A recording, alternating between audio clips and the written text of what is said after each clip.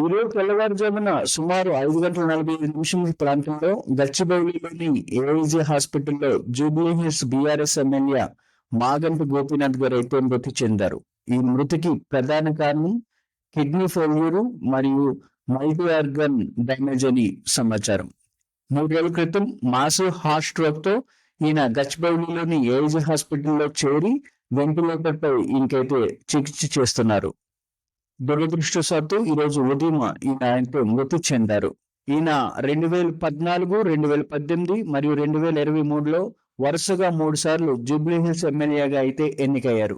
1983లో తెలుగుదేశం పార్టీతో రాజకీయ అరంగేట్రం చేసిన మాగంటి గోపీనాథ్ అప్పట్లో తెలుగుదేశం గవర్నమెంట్ లో హుడా డైరెక్టర్ గా కూడా పనిచేశారు. 2023లో జరిగిన ఎలక్షన్ లో కాంగ్రెస్ అభ్యర్థి మరియు భారత్ మాజీ క్రికెట్ కెప్టెన్ అయిన మహమ్మద్ అజారుద్దీన్ పై ఈయన గెలుపొందారు. Thank you for watching this video.